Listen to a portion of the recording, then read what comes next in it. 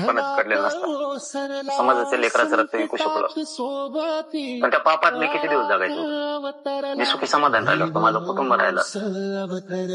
ज्या समाजासाठी मी विडा घेत उचलला होता, की ध्येय घेऊन आलो होतो, की लेकरा बाळाच्या डोळ्यात आनंद बघायचा. माझे पोरं पोरी गरीबाचे मराठ्यांचे पोरं ते मला IPS अधिकारी झालेलं बघायचं, लाल दिव्यात आलेलं बघायचं स्वप्न मी कधीच बघू शकलो नसतो. आणि एक गद्दाराच्या यादीत जाऊन बसलो असतो, आणि ते जीवन मला नव्हतं जगायचं. नाही आरक्षण मिळालं तरी झालं, फक्त मराठ्याला धोका देऊन आपण कशाला हात लावायचा.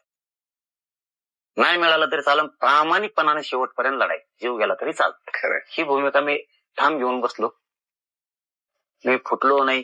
त्यांनी किती तयाऱ्या केल्या असत्या, पैसे द्यायच्या, पद द्यायच्या, मला ते अपेक्षितच नको होतं. मला त्या पदावरती पोरं बसवायची.